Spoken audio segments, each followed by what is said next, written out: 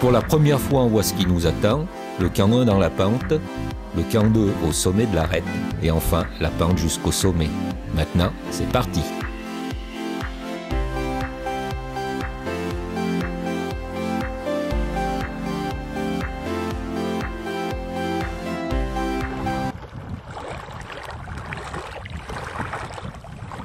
L'emplacement du camp est super, on est à 100 mètres du lac Tilicho.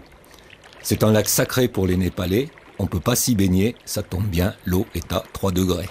Reste à préparer et vérifier le matériel, on est super bien acclimaté, en plus le camp de base est assez bas, on récupère bien. Demain, on pourra partir, équiper et déposer du matériel au camp 1. Le pied de l'arête est à 1 heure du camp de base, ensuite on monte dans des pentes pas très raides pour rejoindre un couloir pentu qui débouche par des rochers et une arête aérienne au camp 1. Alors Tony, les choses sérieuses commencent. Oui, on a déjà étraîné les chaussures dans le pierrier, c'est quand même pas ce qu'on a fait de mieux. Espérons que ça aille mieux là-dedans. Mais qu'à voir Christophe.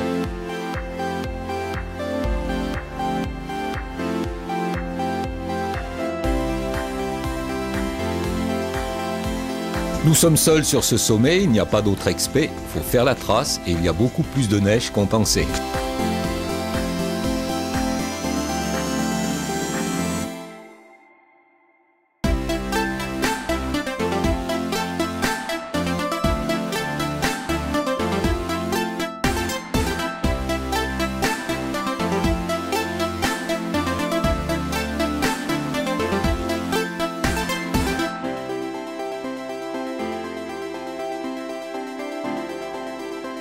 Les sacs sont lourds, on a des rouleaux de corde de 200 mètres, des ancrages, de la nourriture, des tentes.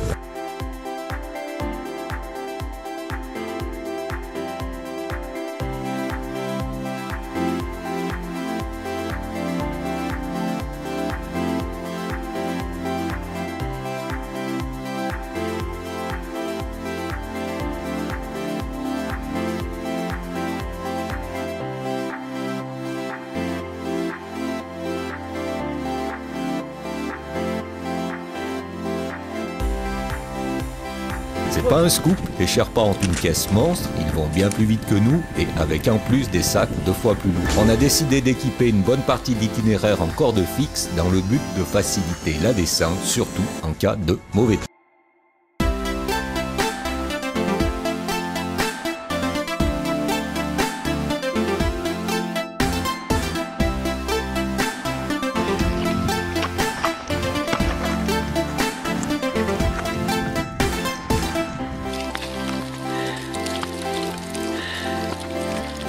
Allez.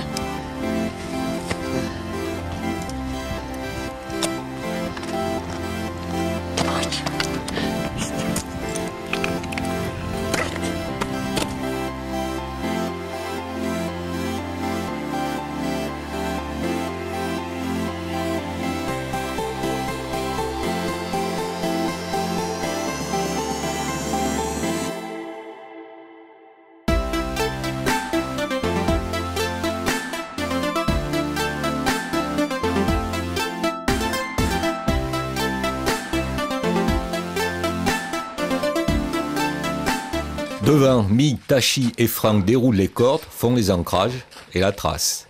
T'as trop dur la trace, Franck, tout à l'heure? Oh, c'était chiant en dessous, dit. Donc vous avez tapé 3 fois le pied avant que ça porte le poids. Ouais, ça a l'air d'aller mieux là. Bon.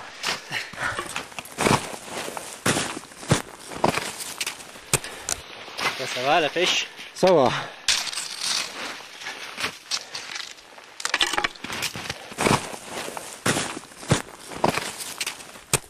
Le passage en rocher, c'est encore pire que le reste.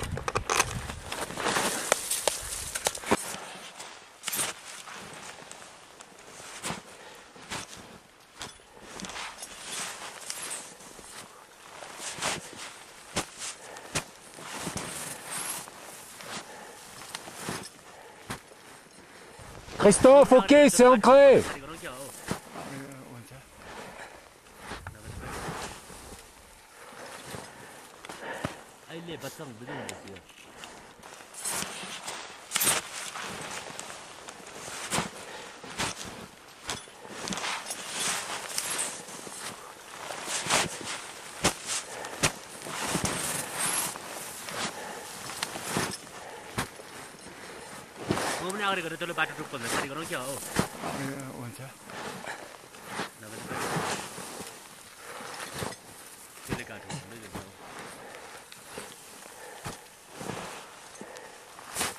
Ça fait près de 5 heures que l'on a quitté le camp de base. Il nous faut encore 2 heures pour arriver au camp 1. Le poids des sacs et la trace commencent à se faire sentir, mais dans l'ensemble, on a pas mal à la tête et on n'est pas trop défait.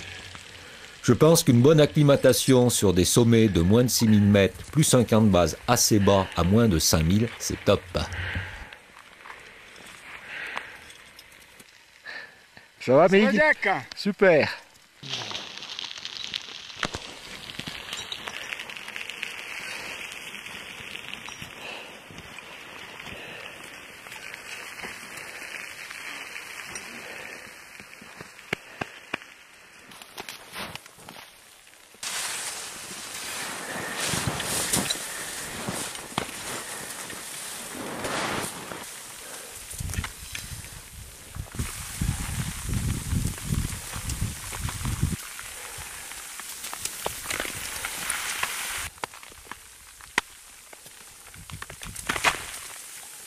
Mig, Tachi, Pengma, Dorje et Franck implanteront 2 tentes au camp 1. Le reste de l'équipe redescend au camp de base se reposer un jour.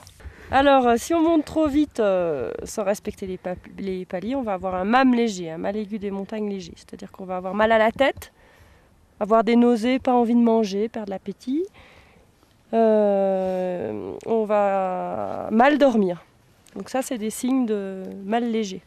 Donc après le MAM léger, on a le MAM modéré, où les gens vomissent, commencent à plus bien faire pipi, sont très insomniaques et ne mangent plus et ont très très mal à la tête et peuvent commencer à tousser. Puis après il y a le MAM sévère où il y a carrément des hallucinations, donc, là il y a 2 orientations, ou plutôt vers le cerveau ou plutôt vers le poumon.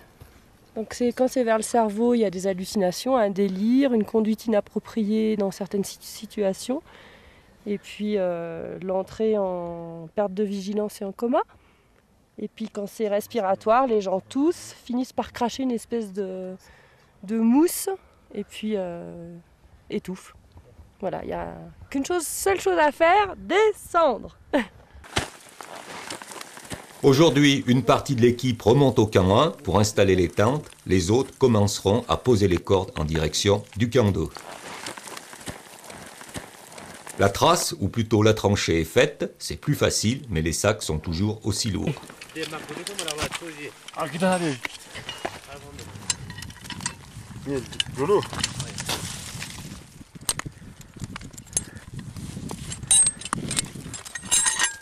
Ça va, Tachi? Bien, et toi? Bien. Bistari Zane. Bistari, hein. Ouais.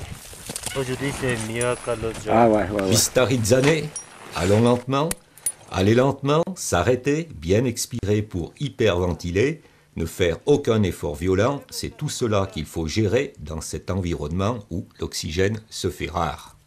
Il faut être en permanence à l'écoute des réactions de son corps et adapter son effort. Surtout, et ça c'est pas toujours facile, ne pas essayer de suivre quelqu'un qui va plus vite. L'altitude demande une vigilance de tous les instants, sinon, et c'est dans le meilleur des cas, un gros mal de tête et dans les autres, un œdème. Les autres, ils suivent, ils sont pas très loin. Je les ai pas vus tout à l'heure, ça allait. Alors ils doivent être là derrière les rochers. Une bonne impression de marcher avec ces godasses. Je suis assez large. J'ai l'impression que tu vas perdre des chaussures.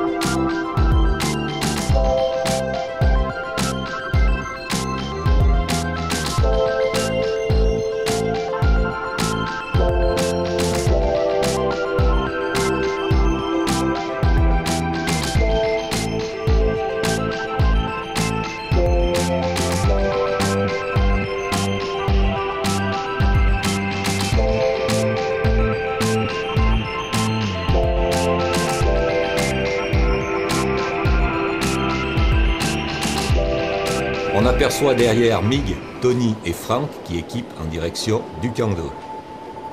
Il n'y a pas beaucoup de place, Fudorje, Tachi et Pemba creusent des plateformes dans la pente pour installer les tentes. Heureusement qu'ils sont là, parce que faire ce boulot, pour nous, c'est gros mal de tête. Cette fois, c'est parti pour le sommet, on a 3 jours pour monter. Aujourd'hui, on remonte pour la 3e fois au camp 1, où une partie de l'équipe passera la nuit. Franck montera directement avec les Sherpas au camp 2.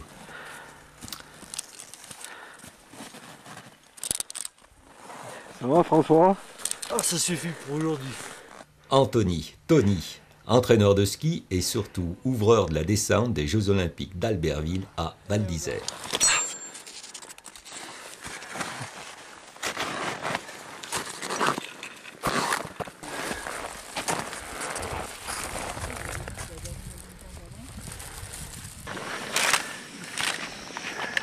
Compulsion, pur fort. Des tranches fines, c'est le secret. Tiens Jacques, médicaments. Ah, merci, merci. Jacques, carte noire à 6000 mètres. Ah, Je t'invite si tu veux. Ouais. Voilà. Ah ouais, bah ouais. Dans l'hôtel camp numéro 1. Mais il y en a qui en ont du sucre. Hein, il est 2 heures, on est à l'ombre. Le soleil demain matin 6 heures. On va voir. J'ai pas le bas qui va avec le haut. Bon bah les gars, à demain. Hein. Ouais.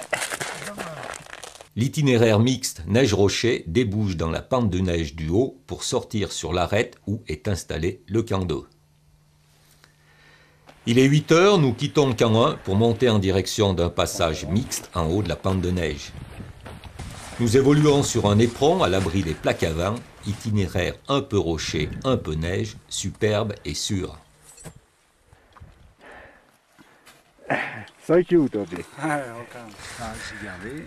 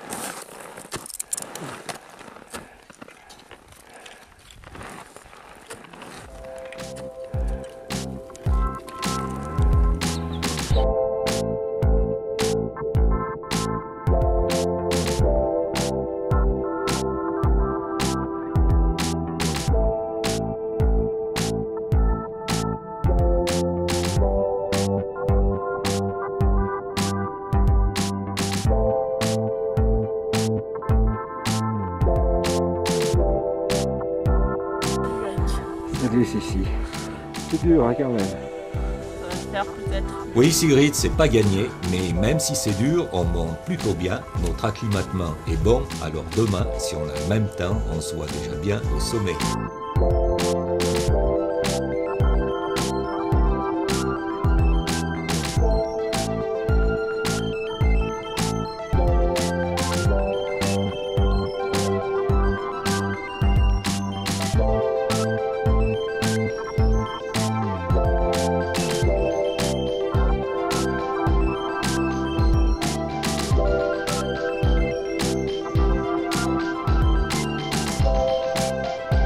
Sérac du Tilicho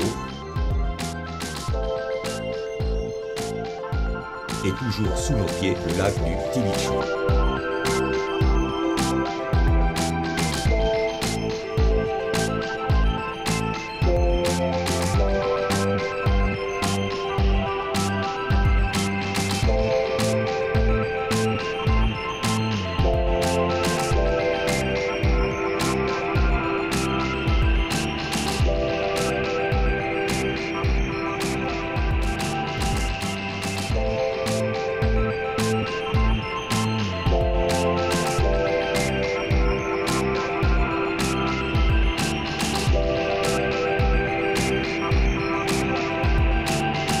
Alors Pascal, chouette hein? Il est 13h, nous arrivons au camp d'eau. Ça va Jacques? Ouais, c'est la période où tous, beaucoup. Ça va bien. Ça va Tony?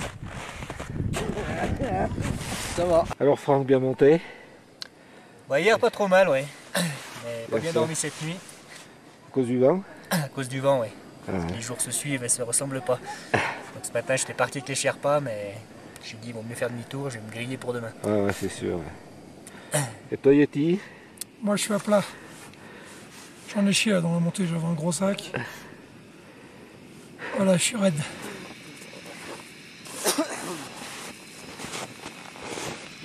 Migetashi montés hier ont déjà commencé à équiper en direction du sommet. En altitude, il faut se forcer à manger et à boire et essayer de bien dormir. Demain, réveil 4 heures.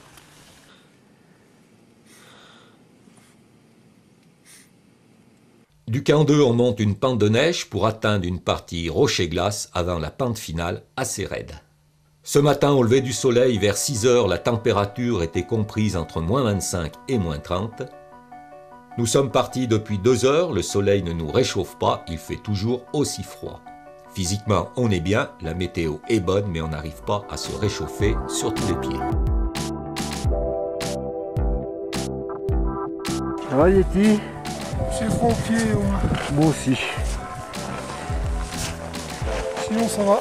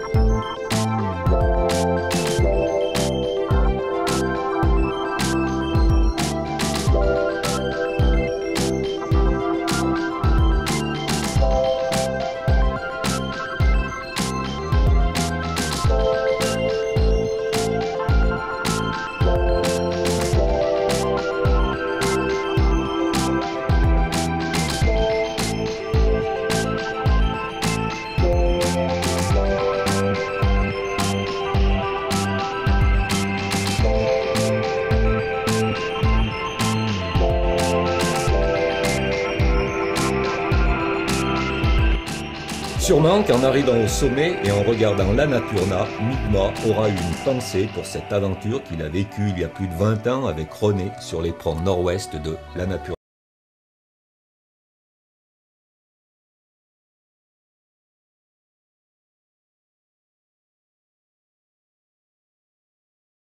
Plusieurs morts parmi les Sherpas et les membres de l'expédition et mettra fin à l'expé.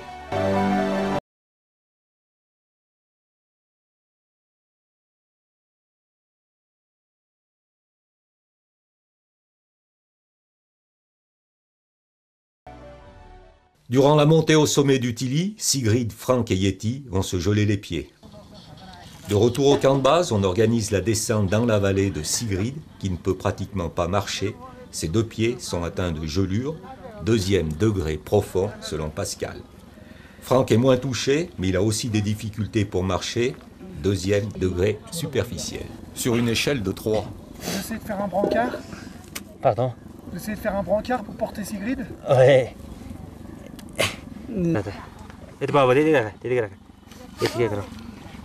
Ouais, ça c'est comment en montagne si quelqu'un malade et quelqu'un accident, pour le portage on appelle dans la basket, c'est plus facile. D'accord. Ouais. Et ok. Ouais, on a mis dessous les sacs de couchage, après on a mis les matelas en haut, carimètre, et après les gens qui sont malades, on a mis dedans, on va porter à côté ici. T'as vu le beau siège qui te prépare, Sigrid? Merci, merci, merci. Et qui c'est qui va porter ça demain? Hein? Qui c'est qui va porter ça demain? Nigma, mon père, Temba, Ouais. moi. Ouais, il va falloir être fort. Hein. Ouais. Faut pas que je mange aujourd'hui. Hein. mange pas trop. Non, pas trop. Je peux le ramener en France, Tachi? Oui. En souvenir? Oui. C'est mon cadeau. Qu'est-ce qu'en pense le docteur? Il est embêté le docteur, Embêté. surtout pour le pied gauche. Le reste Pourquoi ça va aller parce que c'est tout insensible encore et que je peux pas faire plus. Voilà. Tu veux? Ah oui, Fallait que j'arrive à la mieux, merci. Attention à tes doigts ce coup-ci. Il va être plus petit celui-là.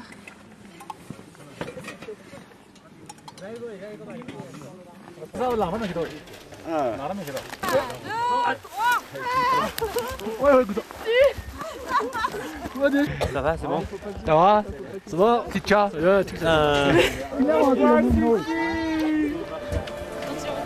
Et toi, ça va? T'as pas trop mal? Moi, ça me brille un peu sur le siège, mais bon, j'ai pas le droit de me plaindre.